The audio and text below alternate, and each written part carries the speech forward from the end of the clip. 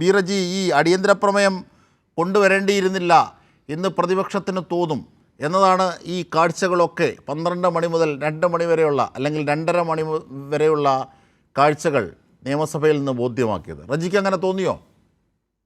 ഒരിക്കലുമില്ല. അതായത് ഈ അടിയന്തര പ്രമേയത്തിന്റെ ഏറ്റവും മുഖ്യമായ പ്രാധാന്യം ഏതാണ്ട് 2 ആഴ്ചക്കാലത്തോളം മൗനത്തിൽ ഒളിച്ചിരുന്ന ആഭ്യന്തര വകുപ്പിന്റെ ചുമതല വഹിക്കുന്ന സാക്ഷാൽ പിണറായി വിജയന് കേരളത്തിലെ ജനങ്ങളോട് ഈ പോലീസിന്റെ ബ്രൂട്ടാലിറ്റി, ക്രൂരത സംബന്ധിച്ച് വെളിപ്പെടുത്തൽ നടത്തേണ്ടി വന്നു, സംസാരിക്കേണ്ടി വന്നു, മറുപടി പറയേണ്ടി വന്നു. അതാണ് ഈ അടിയന്തര പ്രമേയത്തിന്റെ ഏറ്റവും പ്രാധാന്യം അർഹിക്കുന്ന സംഗതി. 2, അദ്ദേഹം ഈ ഉന്നയിച്ച അല്ലെങ്കിൽ ഇന്ന് കേരളത്തിലെ ജനങ്ങൾ ഈ പോലീസിന്റെ ചില പോലീസ് ഉദ്യോഗസ്ഥരുടെ, ഞാൻ എല്ലാവരെയും ചേർത്തല്ല പറയുന്നത്, അവരുടെ ഭാഗത്തുനിന്നുണ്ടാകുന്ന ഈ സൈക്കോപാത്തിന്റെ പ്രകടനം പോലെയുള്ള നടപടികൾ, അതായത് ജനങ്ങളെ, നികുതി നൽകുന്ന സാധാരണക്കാരായ ജനങ്ങളെ മർദ്ദിച്ച് അവശരാക്കുന്ന ഈ പോലീസ് ഉദ്യോഗസ്ഥരുടെ നടപടികളെ സംബന്ധിച്ച് ആശങ്കാകുലരാണ് കേരളത്തിലെ ജനങ്ങൾ. അതാണ് മുഖ്യമന്ത്രി പറഞ്ഞത്. പുഴുക്കുത്തുകളുണ്ട്.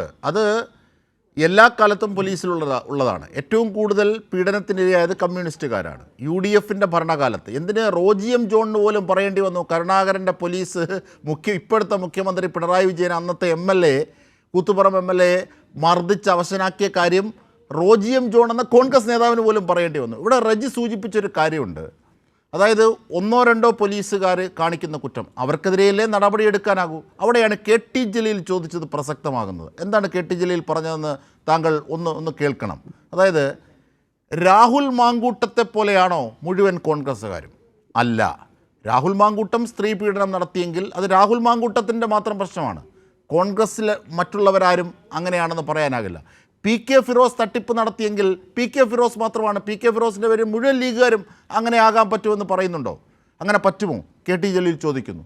അപ്പോൾ 1-2 പോലീസുകാർ ചെയ്തിട്ടുണ്ടെങ്കിൽ അവർക്കെതിരെ നടപടിയെടുക്കും. പോലീസ് സേനയെ ആകെ അപമതിപ്പുണ്ടാക്കുന്ന തരത്തിലേക്ക് പെരുമാറുന്നത് എന്തിന്? അതും വർഷങ്ങൾക്ക് മുമ്പുണ്ടായ സംഭവത്തിൽ എന്താണ് അന്നൊന്നുമില്ലാതെ ഇപ്പോൾ കൊണ്ടുവരുന്നത് എന്ന ചോദ്യം അവിടെ പ്രസക്തമാണ്. റജി, എന്റെ സാർ, ഈ കുന്നംകുളത്തും പീച്ചിയിലും കൊടുങ്ങല്ലൂരും കോഴിക്കോട്ടും വലപ്പാടും അടൂരും മലപ്പുറത്തും കോയിപ്പുറത്തും കണ്ണനെല്ലൂരും പുൽപ്പള്ളിയിലും കുണ്ട്രയിലും കുളത്തൂപ്പുഴയും ഈ അങ്ങനെ പത്തനംതിട്ടയിലും ഒക്കെ നടത്തുന്നത്, കോഴിക്കോട് നോർത്തും ഒക്കെ നടന്ന ക്രൂരമായ മർദ്ദനം.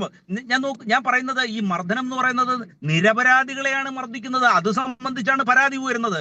ആ മർദ്ദിക്കുന്ന സൈക്കോപാത്തുകളായിട്ടുള്ള പോലീസ് ഉദ്യോഗസ്ഥർക്കെതിരെ നടപടിയെടുക്കുവാൻ സ്വാതന്ത്ര്യം ലഭിച്ച് 78 ഇപ്പോൾ റജി പറഞ്ഞ കണ്ണനെല്ലൂരും കുണ്ട്രയും കുന്നംകുളവും കൽപ്പറ്റയിലും ഒക്കെ നടത്തിയ സംഭവഗതികൾ എടുത്ത പോലീസുകാർ 1-2 പേരാണ്.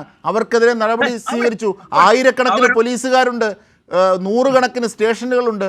അതിൽ ഈ ഒറ്റപ്പെട്ട പോലീസുകാരുടെ പേരുകൾ മാത്രമേ താങ്കൾക്ക് പറയാനാകുന്നു. അത് മുഖ്യമന്ത്രിയും കോട്ട് ചെയ്തു. എന്നിട്ട് അവർക്കെതിരെ നടപടി സ്വീകരിച്ചു.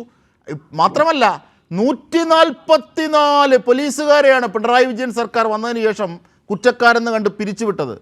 അത് നടപടിയല്ലേ? അങ്ങനെയല്ലേ വിമലീകരണം സാധ്യമാക്കാനാകൂ? എല്ലാവരെയും തൂക്കിക്കൊല്ലാനാകുമോ? പോലീസ് സേനയെ മുഴുവൻ അവമതിക്കാനാകുമോ? അതല്ലേ പൊതുപ്രവർത്തനത്തിൻ്റെ ഉത്തരവാദിത്വം?